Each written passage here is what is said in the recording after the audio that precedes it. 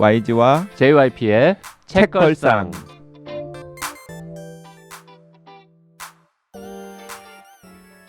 책에 관한 걸쭉하고 상큼한 이야기. YG와 JYP의 책걸상이 찾아왔습니다. YG 강량구입니다. JYP 박재영입니다. HB 김혼비입니다.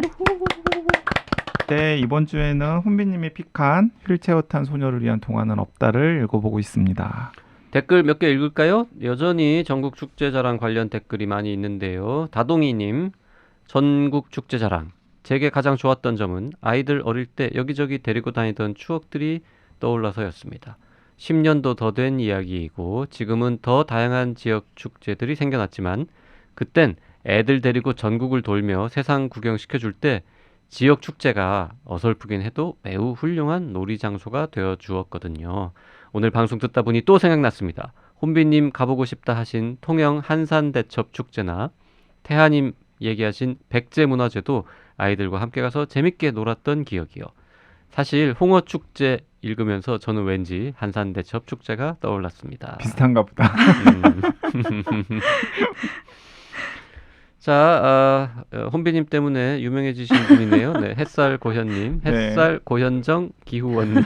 네, 그래서 그 햇살 고현님 지난번에 니은 서점에서 제가 사인회 하면서 그 줌 미팅도 하고 네. 찾아오신 분들이랑 잠깐 오프 미팅도 했었는데 다들 막 고현정님 하면서 놀리시더라고요.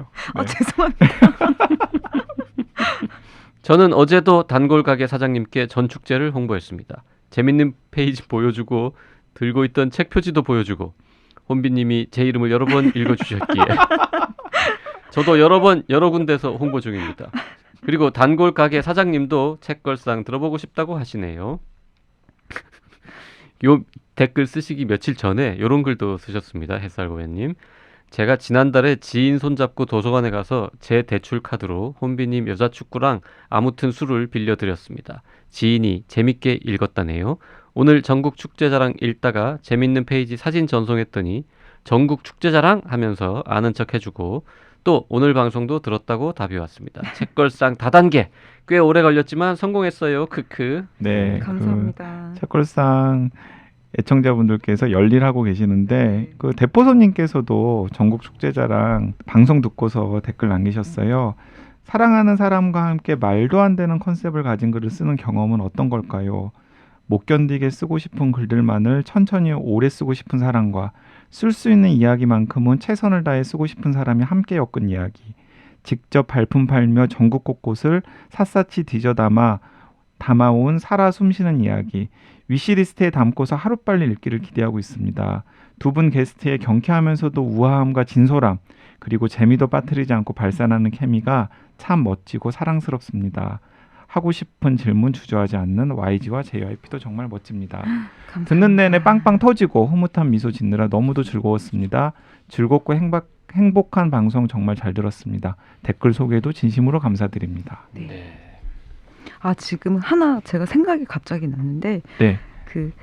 여기 있는 댓글들을 사실은 이제 박태아가 책 검색 엄청 열심히 하거든요. 네. 그래서 이 댓글들을 저한테 다 이제 읽어주고 이제 같이 이미 봤어요. 네. 근데 볼 때 그 햇살고현님 이제 댓글 보면서 내가 너무 감사하다고 했더니 그 햇살고현님이 쓰셨잖아요. 그 도서관 가서 지인한테 대출 카드로 혼비님 여자축구랑 아무튼 빌려드렸다고. 그러니까 박태아가 JYP였으면 왜 대출 카드를 빌려주냐 사줬어야지 라고 분명히 이야기할 테니 신용카드로 사줬어야지. 저한테 지령을 내렸어요. 이 댓글을 소개할 때 JYP처럼 하고 와라. 그래서 제가 깜빡했네요. 이 댓글을 보면서 JYP는 그런 생각하지 않습니다. 이게 여준기였으면 제가 말했을 텐데 남의 책인데 뭐 대출 카드 빌려드리는 거 괜찮죠 뭐. 네. 네. 네, 햇살 고현정님. 네. 농담입니다. 감사합니다. 네, 햇살 고현정님. 박태아님께서는 대출카드 대신에 신용카드를 아니에요. 이거 너무 왜곡이야. JYP 꺼내야 되지 않았었냐. 아닙니다. 라고 생각을 하신답니다. 네. 아닙니다. 개와 고양이 투님 안녕하세요. 우연히 주문한 전국 축제 자랑이 일요일에 도착했는데 이번 주에 책이었네요. 항상 방송을 먼저 듣고 혹해서 책을 나중에 읽었습니다. 책과 방송을 동시에 진도 나가기는 처음이네요. 책을 펴자마자 나온 의령을 제대로 발음하지 못하는 의령 주민들의 으르렁 거리는 부분에서 혼자 빵 터졌습니다. 관종 축제라는 밀양 아리랑 축제편은 중학생 아들까지 가세해서 눈물 흘리면서 웃었습니다. 아들은 학교에 가져가서 읽어야겠다고 하네요. YG님과 JYP님 모두 전작보다 재미가 덜하다고 하셔서 전작을 꼭 읽어봐야겠습니다. 이게 진짜 홍보 아, 포인트가 되더라고요. 그러게요. 책걸상 들으면서 제가 팔랑귀였다는 것을 새삼 깨달았습니다. 특히 YG님의 추천책은 다 읽어보게 되네요. 책 읽기에 새로운 지평을 열어주셨달까요? 댓글 처음 달려고 본인 인증하고 닉네임도 바꿨습니다. 앞으로도 잘 듣고 보고 쓰고 후원도 하겠습니다. 네. 그 두루두루 두루미님께서는 좀 푸념하셨는데 두 분이 나오셨으면 방송 분량도 2배이기를 바라면 욕심인가요? 그동안 맞춘 합이 빛났고 박태하 작가님도 처음 나오는 게 아니라서 친숙한 느낌이라 편했습니다. 게스트분들과 아이스 브레이크 없이 바로 본론으로 들어가서 좋았어요. 방송 분량이 적은 건 아쉽습니다. 웃다 보니 어느새 끝. 네. 네. 자, 휠체어 탄 소녀를 위한 동화는 없다 이야기를 이어가 볼 텐데요.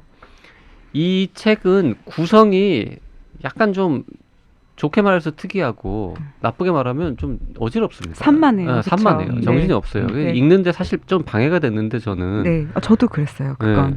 이게 자기 얘기를 했다가 동화 얘기를 했다가 그리고 자기의 질병 이야기, 그 의학 정보 같은 부분들은 중간중간에 그 왜 나오는지 네. 하여튼 그런 게 나왔다가 그리고 동화 얘기도 진짜 그 어떤 동화 이야기도 하다가 그 동화를 또 분석하는 이 그쵸. 학자들의 네. 어떤 이론적인 이야기를 하다가 이렇게 해서 한 4가지, 5가지 분위기의 글들이 네. 예고 없이 막 이렇게 그쵸. 네. 팍팍 바뀌니까 네. 그게 좀 빨리빨리 책장이 잘 안 넘어가고 네. 왜 이렇게 썼지라는 느낌이 좀 들기는 하면서 음. 이런 생각을 했죠. 만약에 자기 얘기를 쫙 모아가지고는 뭐 그걸로만 책을 쓴다거나 아니면 이 책에 뭐 파트 1 그쵸. 해가지고는 네. 자기 얘기만 쓰고 파트 2는 분리 이런 식으로 했으면 어땠을까라는 생각을 했는데 네. 저도 아쉬웠어요. 그게. 그 저는 그게 이제 칭찬하기 전에 먼저 그 한계를 이야기하려고 보니까 조금 미안하긴 한데 약간 그랬습니다. 어땠냐면은 본인의 어린 시절 그리고 그 장애를 가졌던 경험과 뭔가 화해하지 못했다. 여전히 좀 뭔가 마음이 굉장히 끓고 있고 그리고 생각만 하면은 막 분이 치밀어 오르는 그런 게 분명히 있는 것 같아요. 네. 그래서 이 동화와 장애에 대한 관심을 가지고 내용을 정리하다 보니까 자신이 어린 시절에 읽었던 동화 그리고 그 동화를 읽으면서 나는 왜 동화 속 주인공 공주님들처럼 되지 못할까 하는 그 어렸을 때 겪었던 그런 안타까움 그리고 그러면서 이제 또 뻗어나가는 어린 시절에 그 편견의 대상이 되었던 놀림의 대상이 되었던 자신의 경험들이 날것으로 그냥 드러나잖아요. 그래서 그런 부분들을 읽으면서 한편으로는 되게 안타까우면서도 한편으로는 이 작가가 자신의 과거 경험으로부터 벗어나지 못했구나 하는 생각이 들었어요.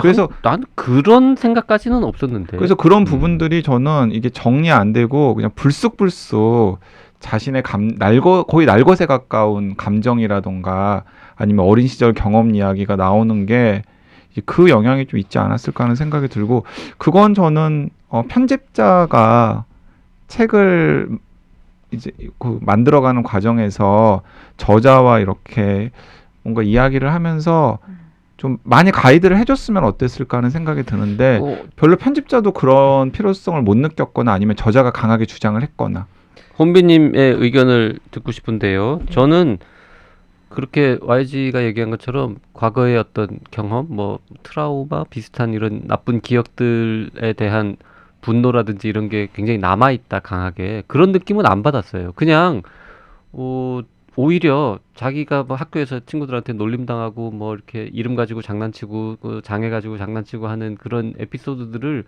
그냥 마치 남의 일처럼 담담하게 드라이하게 쓰고 있다. 오히려 감정을 좀 자제하면서 이런 느낌을 받았는데 아니에요. 저는 아니에요? 표출됐다고 네, 봤어요? 저는 표출되었다고 봤습니다. 혼비님은 저도 YG님처럼 표출됐다고 보는 쪽인데요. 근데 그래서 저는 좋았어요. 제가 만약에 편집자였으면 그냥 뒀을 것 같다? 혹은 그렇게 생각했던 게, 그러니까 약간 YG님이 기대했던 어떤 이렇게 약간 조금 더 약간 분석, 그러니까 논리. 맞아요. 그러니까 자신의 그쵸. 경험도 좀 더 네. 거리를 두고 그죠. 객관화시켜서 맞아요. 이야기를 했더라면 네. 책을 읽었을 때 설득력이라든가 이런 음. 게 훨씬 더 오히려 더 나아지지 않았을까 하는 생각이 드는데, 그러니까 저는 또 그 혼비님 이야기처럼 그 약간 날것인 양 이게 드러나는 그런 것들을 보는 음. 그 재미라고 하면은 조금 저자한테 미안하고, 어쨌든 이제 독자로서의 좀 흥미를 끄는 요소들은 분명히 있었거든요. 네. 근데 책을 딱 덮고 나서 이 책을 통해서 설득을 해야 되는 독자를 염두에 둔다면 약간 그런 부분들은 조금 오히려 톤 다운을 했으면 더 낫지 않았을까 네. 하는 생각을 저는 했습니다. 네, 그러니까 약간 취사한 것 같아요. YG님 같이 어떤 이렇게 좀 정제되고 논리적으로 이제 약간 거리를 두고 객관적으로 쓰는 것에 이제 더 이제 신뢰를 하는 독자층이 있고, 사실 저는 설득 당했거든요. 그러니까 이게 날 것이었던 게 저는 너무 마음이 계속 아팠는데, 마음 아프죠. 네. 그러니까 이게 어렸을 때에 이렇게 놀림을 받고 지금 어느 정도 극복을 했어도 이게 제가 장애인의 어떤 생애를 잘 알지 못하는데, 이게 되게 끝까지 이렇게 어른이 되어서 소설도 나름 냈고, 그리고 사실 이 책들을 보면 아마 YG님이 또 그 격차가 아쉬웠던 것 같아요. 아예 이렇게 날 것이었으면 그냥 그런 장르에 이제 이제 맞춰서 읽으셨을 텐데, 보면 동화에 대해서 분석하고 어떤 객관적인 이야기를 할 때 굉장히 논리정연하잖아요. 근데 이제 논리정연한 것과 굉장히 반대되는 마치 감정들이 학위 퍽퍽. 논문을 읽는 듯이. 그죠? 네. 그래서 일 것 같은데, 제가 306페이지를 읽다가 약간 좀 펑펑 울었어요. 이게 울만한 책은 아닐 거라고 생각했는데 306페이지에서 울었던 게, 이렇게 동화에 대해서 객관적으로 분석을 하고 거기에 따른 편견이라든지 이제 그것에 대한 자기 마음 상태까지 이제 한 권의 책으로 분석을 한 사람이 끝에 가서 하는 이야기가, 근데 이 모든 걸 알매도 불구하고 자기가 어렸을 때 그런 공주들 혹은 그런 비장애인들이 되고자 하는 그 모든 바람은 절대로 멈춰지지 않았다라고 이야기를 하고, 나도 이제 안다. 어른이 되었고 학자의 눈으로 이런 것들이 잘못되었다는 것을 알지만 그런데도 나는 여전히 그 모든 것을 바라고 있다라고 이야기를 할 때 약간 좀 눈물이 나더라고요. 이걸 이렇게 한 권의 책으로 학위 논문 같은 느낌으로 분석을 해도 결국 마지막에 가서 이제 이분이 솔직하게 들려주는 목소리는, 이 모든 걸 다 알아도 나는 여전히 디즈니의 공주들 혹은 비장애인들이 되고자 하는 바람을 멈출 수 없다, 딱 얘기를 할 때 네, 되게 좀 이 책이랑 감정적으로 접속했던 것 같아요. 그 두 분의 말씀은 잘 이해했고요. 이제 제가 그렇게까지 표출되는 거를 못 느꼈다, 드라이하다고 느꼈던 이유는 뭐냐면, 자기 얘기를 많이 했는데, 그리고 자기가 놀림받은 얘기를 많이 했는데, 이렇게 쭉 보다 보면요, 그 놀림을 나한테 줬던, 나를 괴롭혔다기보다도 하여튼 나를 놀렸던 그 친구들에 대한 비난이라든지 그런 톤이 별로 없어요. 그 아니에요. 뒤에 뒤에 이제 보면은 우울증 치료를 받는. 네, 그러니까 어렸을 때 자신을 이렇게 강하게 놀렸던 이런 장면이 있잖아요. 강하게 놀렸던 아이를 커서 같은 직장에서 마주쳤는데, 이제 그 직장에서 꽤 영향력 있는 지위가 된 것을 보고서 나는 어렸을 때도 그렇게 놀림을 당하고 고생을 했는데 지금은 이 비정규직 사무직으로 여기서 이러고 있는데 나를 놀렸던 저 아이는 저렇게 잘 됐네 하면서 이제 엄청난 그 우울증이 오고, 네, 어렸을 때 감정들이 감정들이 다시 막 되살아나고.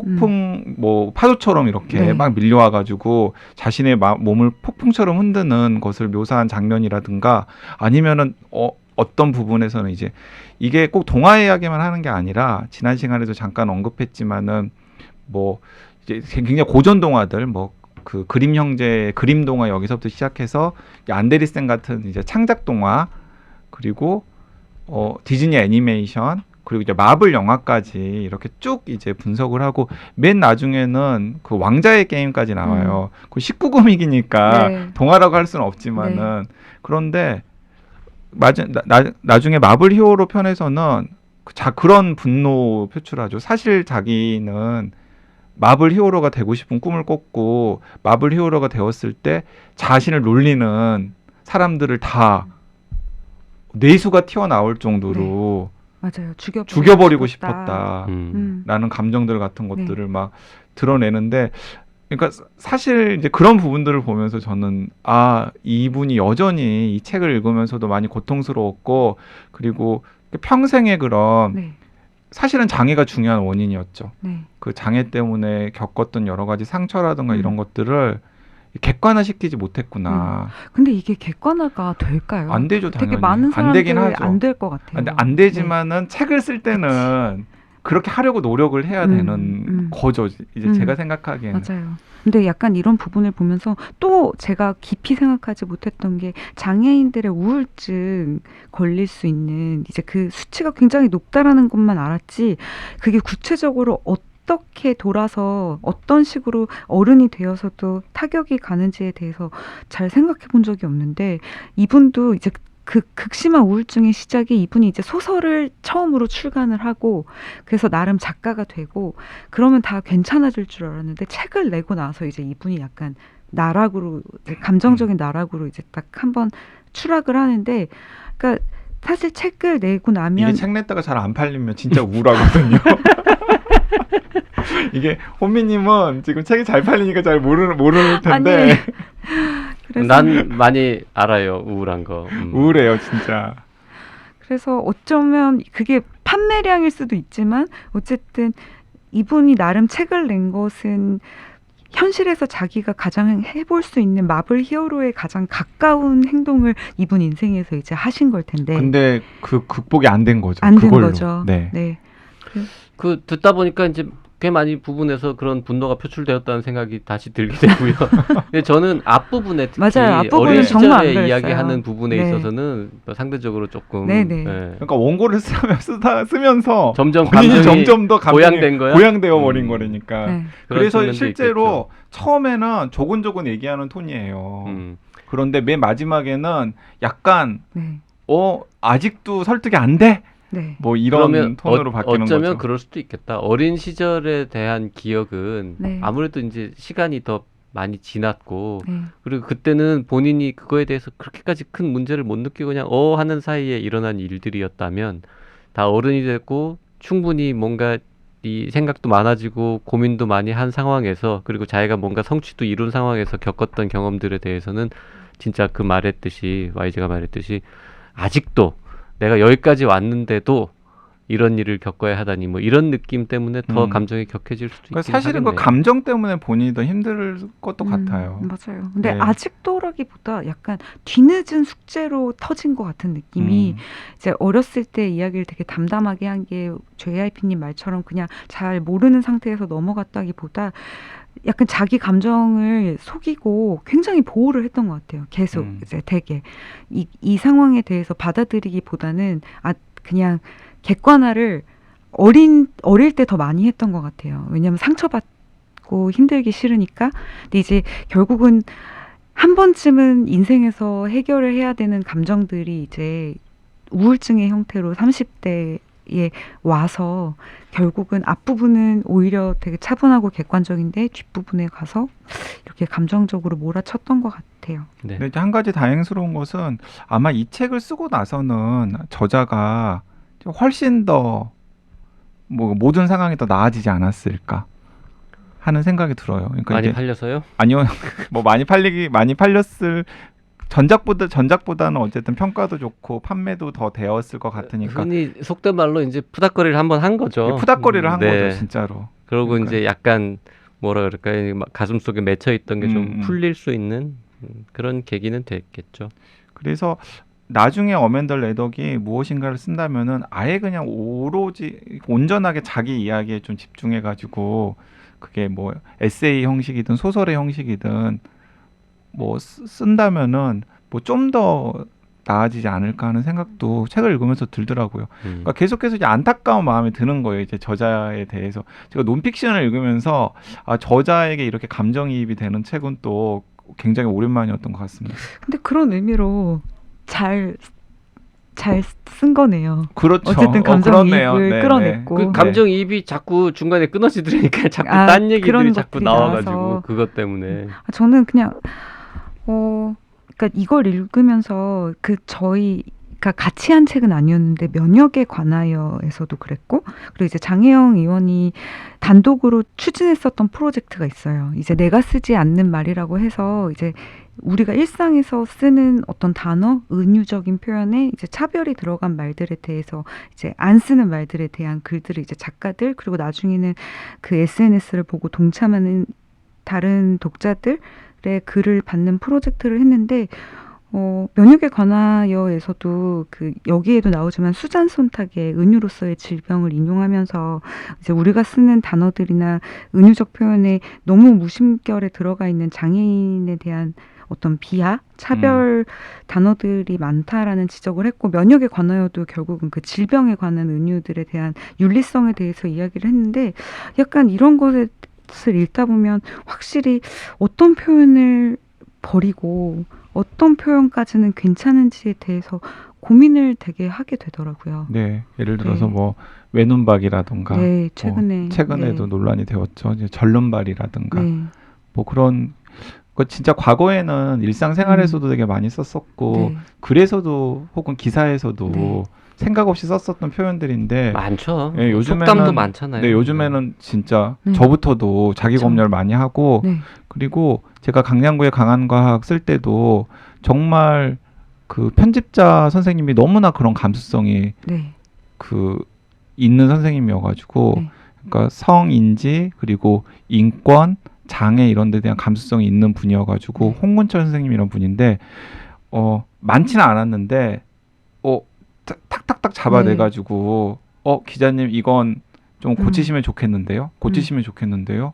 이제 그랬거든요. 그래서 야 나도 스스로 성찰하는 계기도 네. 되었고 이제 완전히 이제 근데 고치려고 마음먹으면 충분히 더 좋은 표현이 있거든요. 네. 그래서 맞아요. 예, 스스로도 반성하기도 했었는데 이 책 보면서도 그 생각도 했었어요. 네.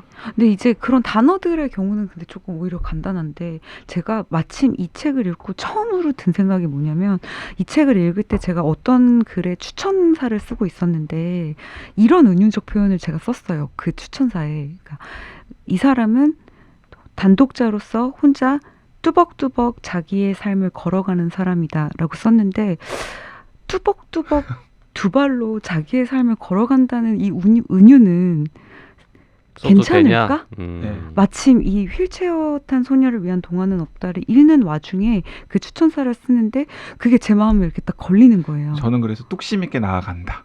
그렇지. 휠체어도 뚝심 있게 밀 수 있고 네. 그래서 뚝심 결국 있게 걸어갈 수 맞아요. 있고 목발을 짚을 수도 있으니까. 맞아요. 네. 그렇게 바꿨거든요, 저도. 음.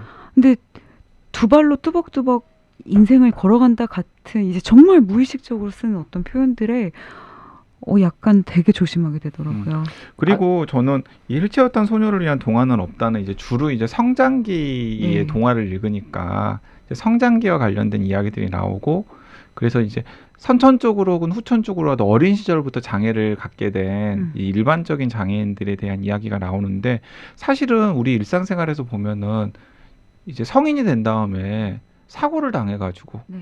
예를 들어서 그 장애인 이동권 연대에서 이제 장애인 이동권을 위해서 오랫동안 활동하시고 노들약이라고 하는 곳에 교장 선생님도 하고 계시는 박경석 선생님이란 분이 계시는데 이제 그분은 사실은 굉장히 그 익스트림 스포츠 많이 하셨고 그리고 이게 하반신을 사용하지 못하게 된 계기도 당시에 거의 타지 않았던 그런 뭐 패러글라이딩 같은 것들을 타다가 사고를 당하신 거예요.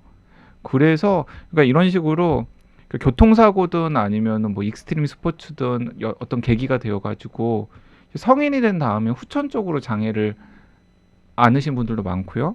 그리고 저는 나중에 JYP가 그런 개념 마무리 같은 책을 쓸 때도 꼭 한 장으로 들어가면 좋겠는데 우리가 은연중에 한 살 한 살 나이가 먹을 때마다 사실은 장애를 가지게 되잖아요.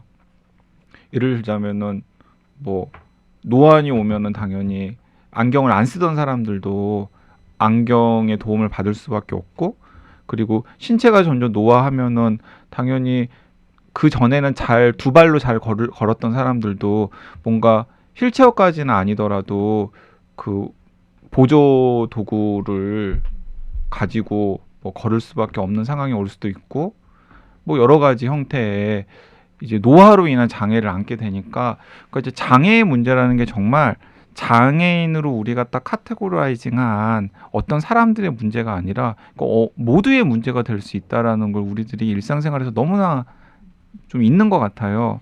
이제 그런 점까지 염두에 둔다면은 저는 이 휠체어 탄 소녀를 위한 동화는 없다에서 어맨더 레독이 이야기한 게 굉장히 어떤 특수한 사람들의 정체성의 문제라기 아니라 우리 모두가 어느 순간에 가질 수밖에 없는 문제라는 생각도 들어서 그런 부분들이 좀 더 이렇게 이야기가 많이 되면 좋겠다는 생각도 들었어요. 그 아까 이제 단어 뭐 말씀하셔가지고 떠올랐는데 저는 살면서 라고 이런 표현 그래라고 이제 했던 그 기억에 남는 순간 중에 비장애인이라는 말을 처음 들었을 때 굉장히 그렇게 얼마 안 된 용어거든요. 그 용어가. 그래서 그 단어를 처음 들었을 때 그런 느낌을 받았었어요. 그래 지금까지 비장애인이라는 자리에 있던 단어들은 되게 이제 뭐 정상인 아니면 뭐 일반인 이런 식으로 있었으니까 그래서 그런 것처럼 비장애인이라는 말은 이제 지금 누구나 다 알고 네. 많이들 쓰는데 그런 조심해야 될 표현, 없어져야 할 표현 같은 건 굉장히 많이 있겠죠. 네. 약간 그래서 읽으면서 또 시크도 많이 떠올랐었어요. 시크 떠오른 건 그것 때문 아니에요. 이거 읽다 보면 이제 아름다움과 추함, 뭐 흉터 이런 네네. 얘기 나오는 또 부분은 사실 있고. 장애보다는 어떤 외모에 대한 편견 이런 음. 것들을 지적하는 내용도 많이 있어서 겹치는 게 있죠. 네, 그러니까 여기서 그리고- 얘기하는 건 뭐 마비가 와가지고 음. 이제 얼굴이 일그러지고 약간 그런 이야기. 그리고 시크의 저자 같은 경우에도 사실은 장애잖아요. 네. 그러니까 이 어맨더 레덕 같은 경우에는 이게 본인은 그나마 어쨌든 백인 여성. 네네. 본인이 이고- 그거의 한계에 대해서 되게 알고 있더라고요. 네, 그리고 사실은 뭐 어느 정도는 뭐 네. 재산이 많지는 않지만 어쨌든 간에 중산층 백인 여성 음. 장애를 가지고 있지만 네. 그런데 자기가 이제 전혀 다른 음. 그 소수자들을 만났을 때 예를 네. 들면은 뭐 근데 장애인인데 예를 들어서 뭐 흑인이고 그리고 장애인인데 뭐 동성애자고 뭐 이런 경우에 또 양상이 또 전혀 달라지잖아요. 이제 그런 부분들까지 자신의 어쨌든 그런 관심이 미치지 못하는 것 그리고 이렇게 그분들을 자신이 뭔가 동일시 하기에는 한계가 있다라는 점들 같은 것들을 중간중간에 언급을 하잖아요. 그런 부분들에서는 또 저는 또 시크 읽었던 게 생각이 나더라고요. 혼비님 덕분에 우리가 좋은 책 많이 읽습니다. 네, 많이 읽습니다. 네. 그리고 저는 되게 놀랐던 게 뭐냐면 그 이제 역시 사람은 배우면서 살아야 된다라는 생각이 들었는데 이 어맨더 레덕이 중간중간에 계속해서 약간 본인의 그 장애에 대한 그 인식을 가이드해 준 사람으로 여러 차례 인용도 하면서 소개하는 분이 토빈 시버스라고 하는 분이에요. 근데 저는 당연히 처음 들었죠. 그래가지고 이 책을 읽으면서 어떤 분인지를 찾아봤더니 와 이게 장애인 정체성이나 혹은 이른바 장애학이라고 하는 새로운 학문적 과제를 제시하고 또 이렇게 가야 된다라고 주장을 했던 분이더라고요. 네.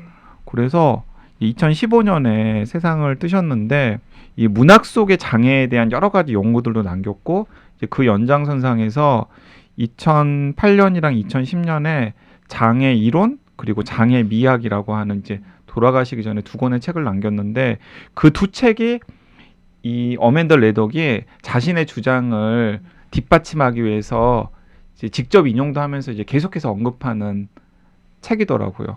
그런데 보니까 그 두 권 중에서 장애 이론은 또 국내에 장애학 연구하시는 분들이 합심해가지고 번역도 해놓으셨더라고요. 그래서 장애 이론, 장애 정체성의 이론화라고 하는 좀 학술적인 책인데 국내에 번역이 되어 있습니다. 그래서 이 책 읽으시다가 이 토빈 시버스라고 하는 분의 그 인용하는 대목이 저는 다 공감이 너무나 많이 되었거든요. 그래서 이 사람의 이야기를 좀 더 자세하게 들여다보고 싶으신 분들이라면은 이 장애 이론, 장애 정체성의 이론화 같은 번역된 책을 한번 찾아보는 것도 좋겠다는 생각도 들었어요.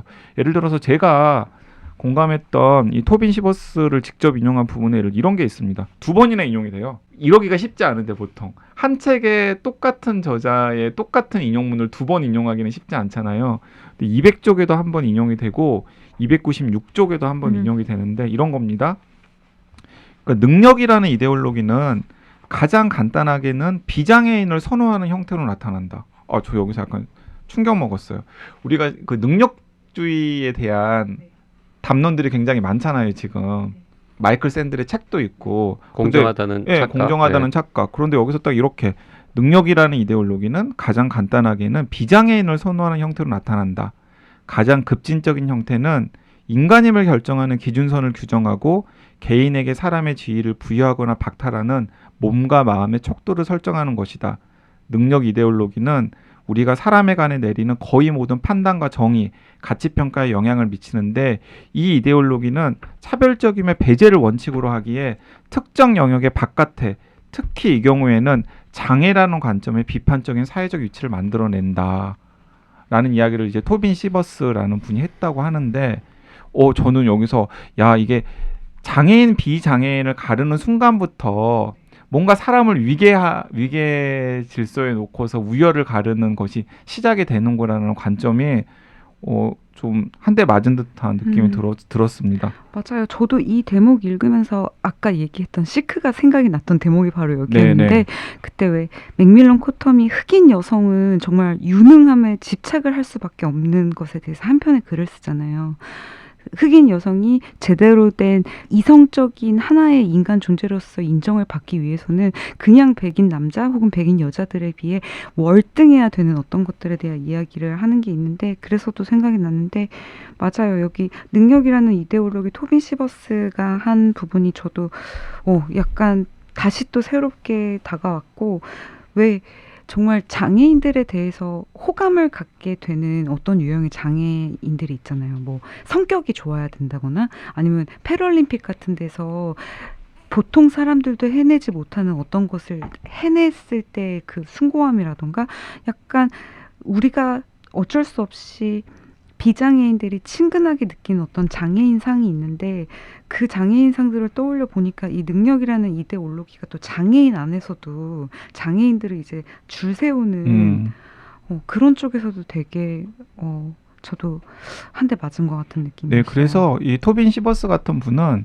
그 장애학 혹은 장애 정체성에 대한 탐구가 그 저항에 대한 생각이라든지 뭐 비판 이론이라든지 아니면은 우리 시대의 문화를 어떻게 바라볼지에 대한 문화 이론을 그냥 근본부터 전복시킬 수 있는 힘을 가지고 있는 관점이다라고 이제 생각을 하고 있었다는데 그러니까 실제로 이 어맨다 레덕이 휠체어 탄 소녀를 위한 동화는 없다 해서 이제 부분 인용하거나 혹은 그에 근거해 가지고 주장한 내용을 보니까 정말 그럴 수도 있겠구나라는 생각이 들고 그래서 제가 그냥 카트에다만 넣어 놓았는데 이 책 이런 책들도 한번 읽어봐야겠다는 생각이 들었어요. 예를 들어서 그 이제 김도연 선생님이라는 분이 계시거든요. 맞아요. 예, 근데 김도연 선생님이 장애학의 도전이라고 하는 책을 2019년에 펴냈는데 먼저 읽으신 분들 중에 호평하는 분들이 많았거든요. 근데 저는 굳이 내가 장애학까지 뭐 이렇게 들여다볼 필요는 있을까라는 생각에서 그냥 제쳐뒀던 책이었는데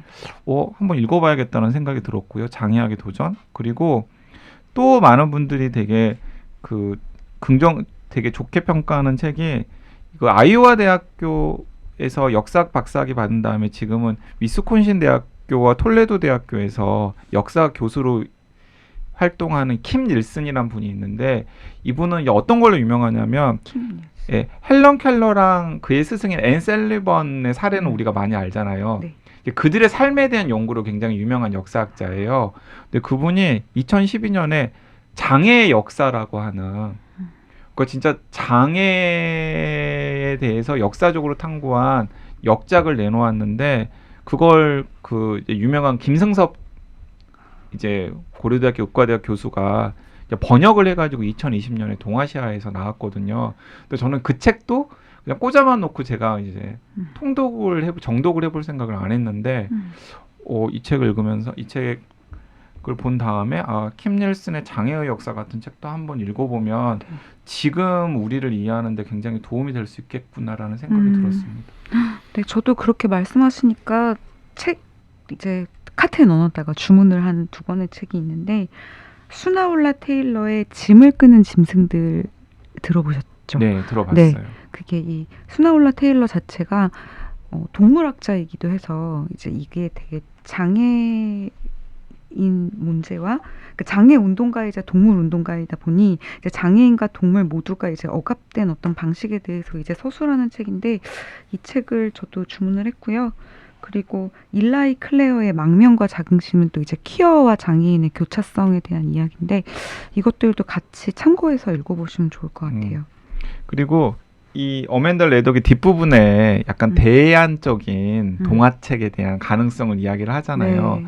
근데 그 동화책일지는 모르겠어요. 네. 근데 이게 그 어맨더 레덕도 언급하는 엔젤라 카터라고 하는 소설가가 있어요. 네. 이 엔젤라 카터는 1940년에 태어나서 1992년에 돌아가셨으니까 사실은 이제 지금은 이제 그의 작품이 거의 이제 고전이 되었는데 재밌는 책 2권을 제가 가지고 왔어요. 번역이 되어 있어요? 번역이 되어 너무 있죠. 다행이다. 하나는 뭐냐면 네. 피로 물든 방이라고 하는 이제 문학동네 세계문학 전집 있죠. 네. 전집의 한 권으로 2010년에 나온 피로 물든 방이라고 하는 이 엔젤라 카터가 1979년에 낸 소설집. 근데 이 소설집이 굉장히 독특한 게 뭐냐면 대표적인 동화들을 엔젤라 카터가 다시 쓴 거예요. 네. 예를 들어서 푸른 수염이라던가 네. 미녀와 야수, 네. 백설공주, 장하시는 고양이, 빨간 망토. JYP는 하나도 못 읽었죠 다. 네, 모르는 내용입니다. 네. 네. 부끄럽네요. 아니 부끄러워할 건 없죠.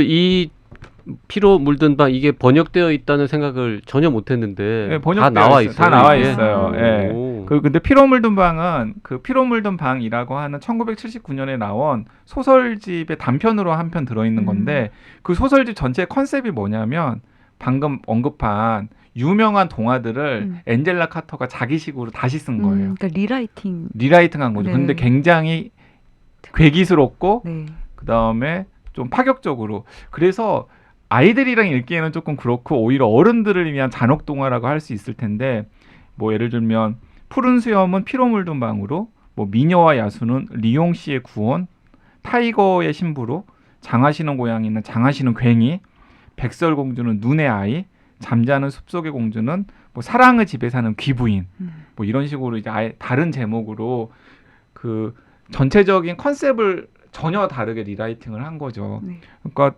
관심이 있으시면 한번 읽어보시면 좋겠고 더 관심이 있으신 분들은 민음사에서 2009년에 어떤 책이 나왔냐면 여자는 힘이 세다.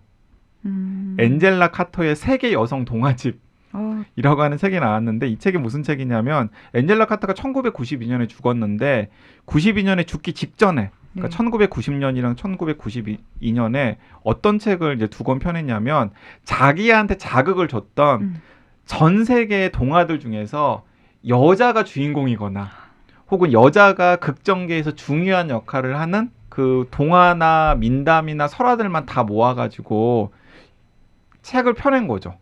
2권을. 근데 이게 그 2권을 이제 묶어가지고 우리나라에 번역한 게 엔젤라 카터의 세계 여성 동화집 여자는 힘이 세다라는 건데 이것도 여기에 보면은 한국에 널리 알려진 동화들도 있다고 그러더라고요. 저도 읽어보진 않았는데 이 휠체어 탄 소녀를 위한 동화는 없다를 계기로 해서 관심이 간 책 중에 하나입니다. YG는 정말 놀라운 사람인 게 이 책 한 권을 읽고서 이렇게 많은 책들을 그쵸. 함께 추천할 수 있다는 게 네. 정말 놀라운데요. 근데 워낙에 그 관심을 두지 않았던 분야여가지고 책을 읽으면서 관심을 둔 분야였으면 더 많이 추천했겠네요. 큰일 날 뻔했네요. 네. 네. 근데 어쨌든 듣다 보니까 이 안젤라 카터 네. 이분이 쓰신 피로 물든 방을 한번 읽어보고 피로 싶죠. 물든 방 그리고 여자는 힘이 세다? 세다. 그 두 권 다 굉장히 관심이 가는데 지금 문제는 이 피로 물든 방 요거를 제대로 읽어보려면은 원래 그러면 동화를 그 알아야 전에 되는데. 그 전에 이거를 다 봐야 되는 그쵸. 겸 뭘 다 볼 필요는 없죠. 하지만 당연히. 모르고 저 책을 보면 무슨 재미가 푸른 있겠어요. 수염의 내용을 모르는데 그걸 다시 쓴 거를 보면 뭔 그렇죠. 재미가 그쵸. 다시 쓴 피로 물든 방을 보는 게 재미가 별로 미녀와 없겠죠. 야수, 백설공주, 장화시는 고양이, 빨간 망토 등 널리 알려진 동화에 담긴 어쩌고 이렇게 되어 있는데 미녀와 야수 심지어 영화도 안 봤어요. 저는 네. 줄거리도 몰라요? 모르는데요. 장화시는 고양이는 지금 조용히 옆에서 듣고 있던 PD님도 지금 참지 못하고 실소를 터뜨렸어. 미녀와 야수 그 내용을 모르네 진짜 나는. 그냥 미녀와 야수가 결혼하는 이야기. 네.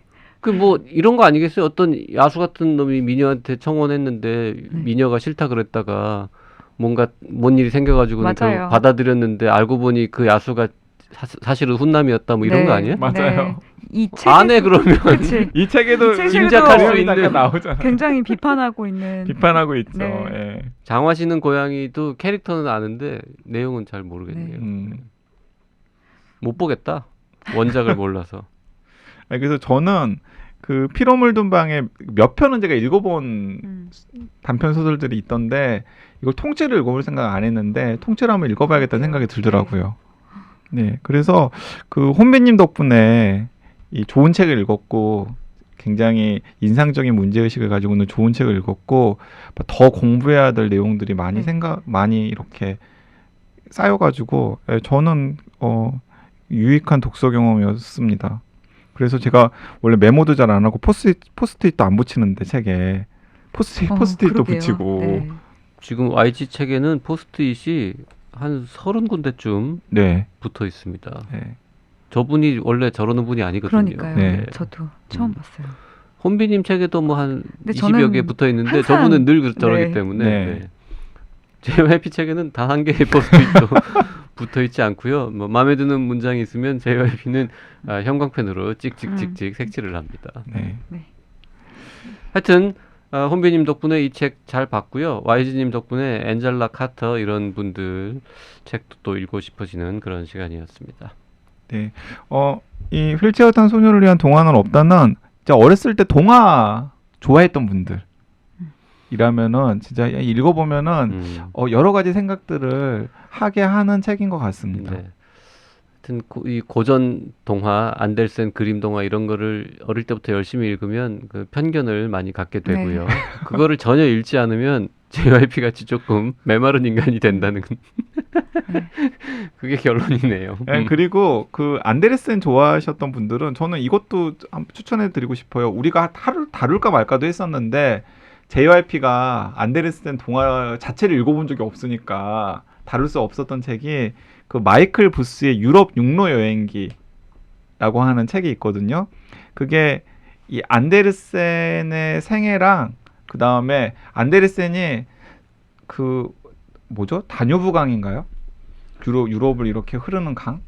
다뉴브 강이 유럽을 흐르는 건 맞습니다. 예, 네, 예. 그 강이 그 강인지는 지금 모릅니다. 예, 예. 도나우 강이라고도 있고, 하죠. 그치. 네. 예, 예. 그 강을 이렇게 타고 오르는 유람선을 타고 터키에서부터 독일까지 하는 이제 유람선 여행기의 그 여정을 마이클 부스라고 하는 저자가 따라가면서 뭐 안데르센 동화 이야기도 하고 안데르센 삶 이야기도 하고 그다음에 그 유람선 여행기 이야기도 하는 뭐 그런 책인데 그 거기 보면은 이제 왜 안데르센 동화가 저렇게 될 수밖에 없었는지에 대해서 이해를 높일 수는 있거든요. 그러니까 이 마이클 부스의 유럽 육로 여행기도 저는 흥미롭게 읽었으니까 그냥 얘기가 나온 김에 여러분들께 말씀을 드립니다. 그리고 저는 이제 약간 조금 다른 관점에서 이제 아이들에게 우리가 어떤 이야기들을 들려주어야 하는가, 혹은 어떤 책들을 골라서 읽어줘야 하는가에 대한 책들도 좀 찾아 읽어야 되겠다는 생각이 들었는데요. 그 최근에 어린이라는 세계라는 에세이를 내신 김소영 작가님이 그 전에 쓰신 동화책 읽는 법인지 동화책 고르는 법인지 제가 지금 기억이 정확히 안 나는데 이제 그런 책이 있어요. 근데 그 책도 어떤 책들을 아이들에게 선택해서 읽게 해줘야 될지에 대해서 약간 문제의식을 갖고 쓴 책이어서 저는 되게 어린이 책 읽는 법 아니에요? 맞다. 네, 어린이 책 읽는 법. 네. 유유에서 나온. 네, 네네. 맞아요. 그래서 어린이 책 읽는 법도 소개하고 넘어가고 싶어요. 네, 김소영 선생님의 어린이 책 읽는 법. 야, 오늘 이 그 책걸상 애청자분들 이렇게 손 바쁘시겠네요. 이 책 이제 찾아가지고. 근데 어쨌든 간에 이제 그 정도로 여러 가지 자극을 주는 네. 책이었어요.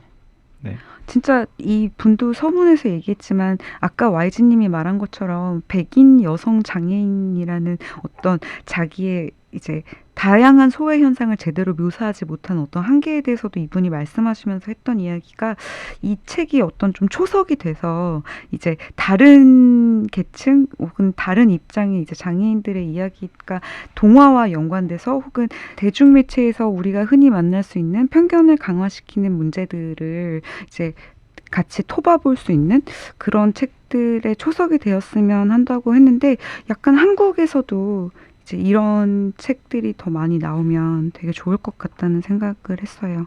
네. 네, 오늘 방송 여기까지 하겠습니다. 감사합니다. 네, 감사합니다. 감사합니다. 혼비님 감사합니다. 네.